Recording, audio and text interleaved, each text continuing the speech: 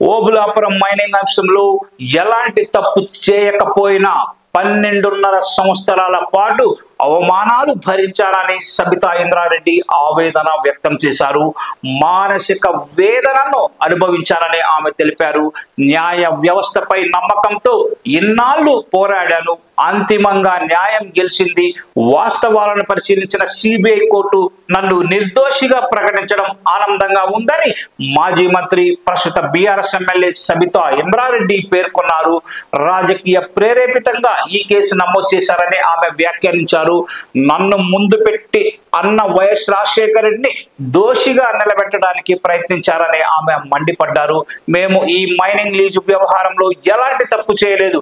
చట్టపరంగా న్యాయపరంగా అన్ని నిర్ణయాలు తీసుకున్నాం. కేబినెట్ ఆమోదంతో పాటు కేంద్ర అనుమతులు సైతం ఉన్నాయి. వివాదాస్పదమైన నిర్ణయంలో ఎక్కడా మేము తప్పు చేయలేదు. మాపై మోపిన అభియోగాలు నిరూపించలేకపోయారు. కాబట్టి న్యాయస్థానం నన్ను నిర్దోషిగా ప్రకటించింది అని సబితా ఇంద్రారెడ్డి పేర్కొన్నారు.